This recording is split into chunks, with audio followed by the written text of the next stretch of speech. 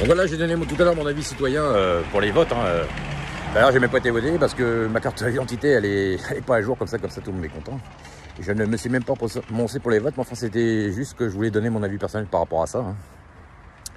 Parce que je me sens quand même impliqué là-dedans, et puis voilà, parce que je sais pas, je me suis aperçu de certaines choses, et puis j'ai fait un peu de géopolitique un minimum, je m'intéresse à la chose, donc voilà. Je sais qu'il y a aussi beaucoup d'intérêt là-bas, donc de toute façon, il y en a qui ont tout intérêt à ce que ça continue, bien entendu. Il y a toujours des gagnants et des perdants. Le malheur des uns fait le bonheur des autres, comme on dit.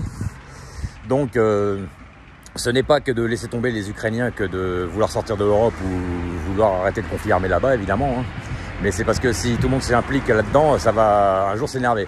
Alors, moi, je voudrais aussi demander une chose. Je voudrais savoir si le président Macron, qui est normalement d'origine picard, comme ma mère était picarde, c'est un picard, si je me trompe pas, j'aurais lui demandé s'il n'aurait pas des influences espagnoles de toréador, parce que en fait, quand il veut livrer des armes là-bas, des avions, tout ça, d'accord, c'est bien gentil, mais en fait, c'est comme si vous étiez un toréro avec un torchon rouge devant le taureau et puis que vous êtes en train de le narguer sans arrêt. Faut pas s'étonner à un moment donné que le taureau, quand je dis taureau, c'est le côté russe, s'énerve et se met à charger.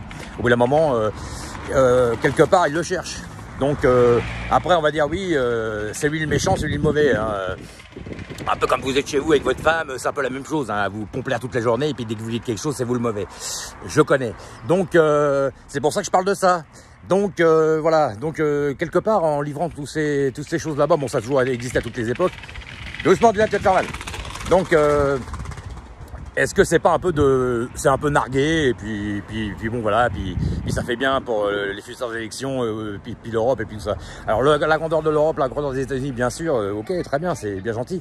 Le problème c'est que moi j'ai l'impression que les Européens, nous sommes les gros boucs émissaires de l'histoire, et puis qu'on se fait entuber dans tous les sens. Donc voilà.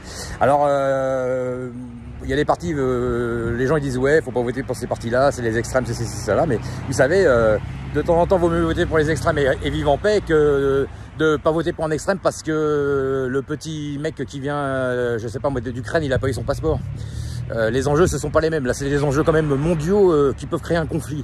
Donc, il y a des moments, il faut sortir un petit peu son humilité, puis arrêter un peu d'être dans l'égocentrisme et puis de toujours vouloir avoir raison sur tout et puis voir où sont les vrais enjeux et puis voilà, pour le bien de tous, parce que la plupart des gens, moi je vote pour lui, moi je vote pour ça, moi je vote pour ci, mais ils pensent pas à la globalité du monde. Moi je suis quelqu'un qui a une vision globale des choses.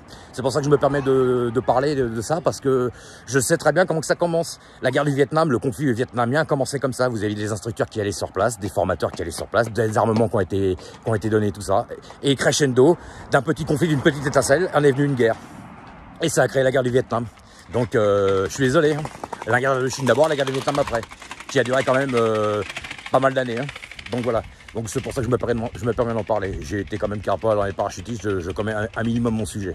Donc voilà, je voulais m'adresser voilà, un simple message. Ce n'est pas du tout de l'arrogance ni rien du tout, c'est juste que j'avais besoin de dire un petit peu ce que je pense. Voilà, parce que j'en parle sans arrêt sur les réseaux, la balance altruisme-égo.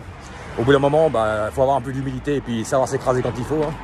D'ailleurs, je trouve quand même curieux, les gens ils disent toujours que c'est Poutine qui veut charger les Européens, excusez-moi, mais pour le moment, moi je vois pas j'ai vu encore aucun char russe.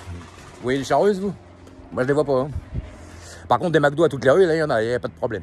Donc j'aime bien McDo, mais enfin c'est quand même pour dire que voilà, on va plus souvent dans un restaurant McDonald's que dans un restaurant qui nous donne de la vodka, mais c'est une constatation, voilà. Je trouve qu'il y a quand même des influences un peu plus, entre guillemets, qui viennent un peu des forces du Sud, on va dire, entre guillemets. C'est-à-dire le capital, la finance. Et puis un peu moins l'humilité du Nord, je trouve. Voilà. Après, évidemment, comme je dis toujours, c'est pas que les Américains le problème. Il y a aussi une partie russe aussi, bien sûr, parce que c'est aujourd'hui les Russes sont Poutine est capitaliste, mais c'est aussi les mauvais côtés du communisme de l'époque groupés aux mauvais côtés du capitalisme d'aujourd'hui. Donc tout ça, ça donne un système qui donne un parfait déséquilibre au monde. Alors évidemment, les plus grands, les puissants, ils ont tout à gagner d'avoir ça, mais pas les gens du peuple en tout cas. Et puis de toute façon, dans ce conflit, c'est dans ce conflit, c'est les banques contre la Russie, hein. C'est pas du tout les Ukrainiens contre les Russes. Déjà, les Russes et les Ukrainiens, c'est le même peuple, hein. Donc voilà, faut pas mélanger le peuple et les oligarques. C'est mon avis personnel, voilà, je me trompe peut-être, hein. Je dis pas que j'ai la science infuse, mais enfin, moi je pense que c'est très très dangereux, là, ça devient très très dangereux. Faut arrêter de remuer des silex devant l'étincelle, devant la mèche, parce qu'un jour l'étincelle risque d'allumer le feu. Et puis les torchons rouges de Toréador, enfin je sais pas comment ça s'appelle, pas les torchons, là, les trucs rouges de Toréador, rangez-les un peu de temps en temps, parce qu'un de ces quatre, le Toréador, quand tu vas se mettre à charger, ça risque de faire du mal. Et puis lui, des cornes, il en a des sacrés, hein, parce que c'est quand même un peuple, c'est quand même des anciens peuples combattants aussi du Nord, sous ces gens-là. Hein, les Russes, faut pas oublier, c'est quand même des anciens Suédois groupés à d'autres peuples, hein, bien sûr. Mais ça pourrait mal tourner, parce que c'est des gens quand même assez déterminés quand ils sont dans la guerre. Voilà, c'est ça que je veux dire. Après la guerre, évidemment, on l'a fait par rapport aux forces d'argent et puis au matériel qu'on a, évidemment. Hein. Mais c'est pas qu'une question de caractère ou quoi, mais il y a des gens qui sont bien plus déterminés quand c'est la guerre que d'autres. Jusqu'au bout. Hein. Comme les Américains, c'est la même chose. De toute façon, quelque part, les Américains et les Russes, c'est un peuple quand même assez proche. Voilà. Donc, c'est pour ça, moi, je dis...